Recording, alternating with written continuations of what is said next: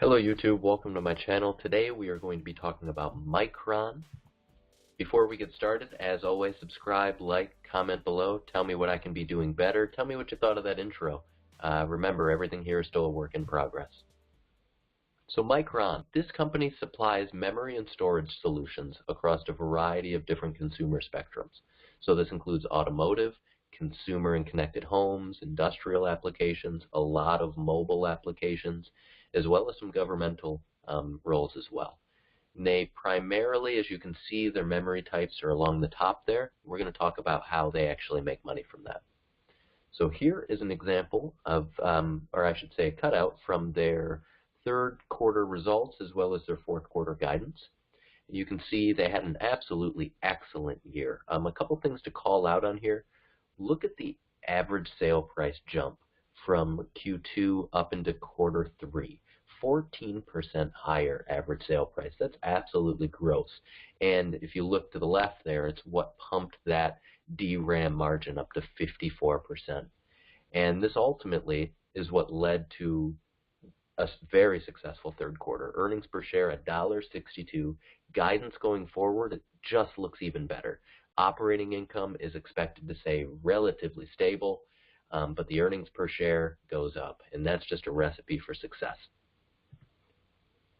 Looking at their stock over the last year, they've doubled up. They've done absolutely excellent, and the question is ultimately, have we missed the boat on this? Are they now overinflated, or are they just going to level off? Is this worth buying now that it's already doubled up? The way to know this, first, let's look at our ratios. PE ratio 14.6. This is considerably under the industrial average. Price to book 2.4 times book value. That's very good. And as you can see, below the average as well. And then their earnings growth looking forward compared to the price is just staggering. So just on face value there's a lot of optimism. Looking at some of their revenue versus profit history, we can see where that 48% that we referenced, or 54%, excuse me, that we referenced from the DRAM margin, absolutely estimated to just go up and up. But remember, these are estimates, and it's an imperfect world. One thing that we really need to note is that debt has been creeping up. Here's a chart just showing from 2011 through now, and the debt has been creeping up pretty considerably compared to their net equity. So this is something to keep an eye on going forward. Analysts think that the company still has room to grow. Current share price of $34.65, future cash flow value $53.81. So as it says, upward mobility is shown here, and there's a decent amount of optimism still left to be had. So as always, what exactly is the catch? The company had a very strong year to date, and this is partially credited to the increase in demand for the most efficient memory on the market. Depletion of that memory has led to that ability for the quarterly average sale price jump of 14%. The fact that there's less available memory in the market made that easy to do. Had there been more competition out there, maybe they don't make that extra margin because they need to compete a little harder.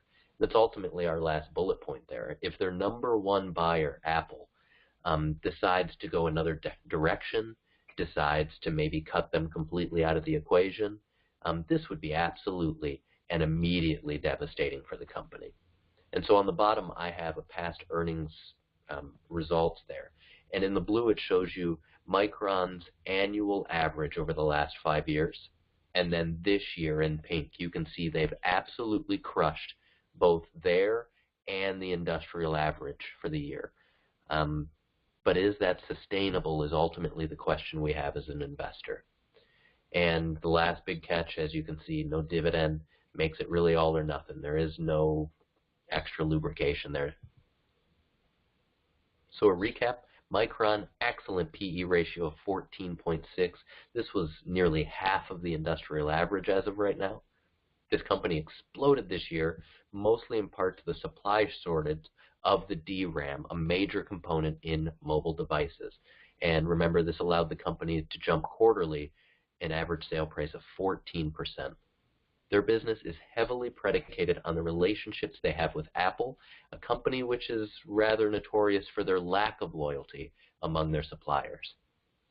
Without supplying a dividend, investors are reliant entirely on the stock itself, and there's less willingness to weather future storms. So what I mean by this is that people are more likely to take their profits and run.